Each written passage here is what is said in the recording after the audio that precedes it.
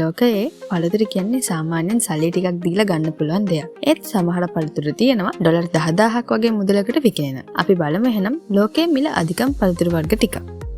යුබාඩි කිං මෙලන්.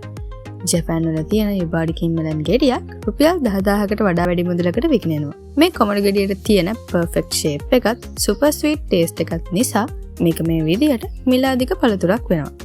Luxury gift එකක් විදියට ලබා දෙන්න ජපාන් අය මේ යුබාඩි කිං මෙලන් පාවිච්චි කරනවා. Ruby Roman grapes. Ruby Roman grapes පොකුරක් ඩොලර් 8000ක් වෙනවා. මේ එක මිදි ගෙඩියක් පින්පොම් බෝලයක් තරම් ලොකුයි. මේකත් ඉතා හොඳ රසයකින් යුක්ත වෙනවා. හෙලිගන් පයිනැපල්. UK වල හෙලිගන් පයිනැපල් ගෙඩියක් හැදෙන්න අවුරුදු 2ක් ගත වෙනවා. ඒ නිසා මේක ටිකක් හදන්න අමාරු පළතුරක් නිසාම ඩොලර් 1500කට වඩා වටිනා මේ අන්නාසි ගෙඩිය. සෙකයි ඊචි ඇපල්. සෙකයි ඊචි ඇපල් කියන්නේ world's best apple කියන අර්ථය. හානිවශ කරලා පොලිෂ් කරන මේක ඩොලර් 100කටත් යන්න පුළුවන්. මියසාකි මැංගෝ.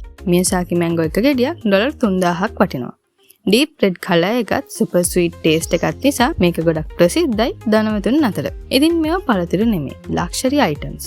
ඔයාලට chance එකක් ලැබුණොත් මේ වගේ එකක් try කරලා බලන්න. ඔයාලා try කරන්නේ මොකද්ද කියලා කමෙන්ට් එකක් දාගෙනම යන්න.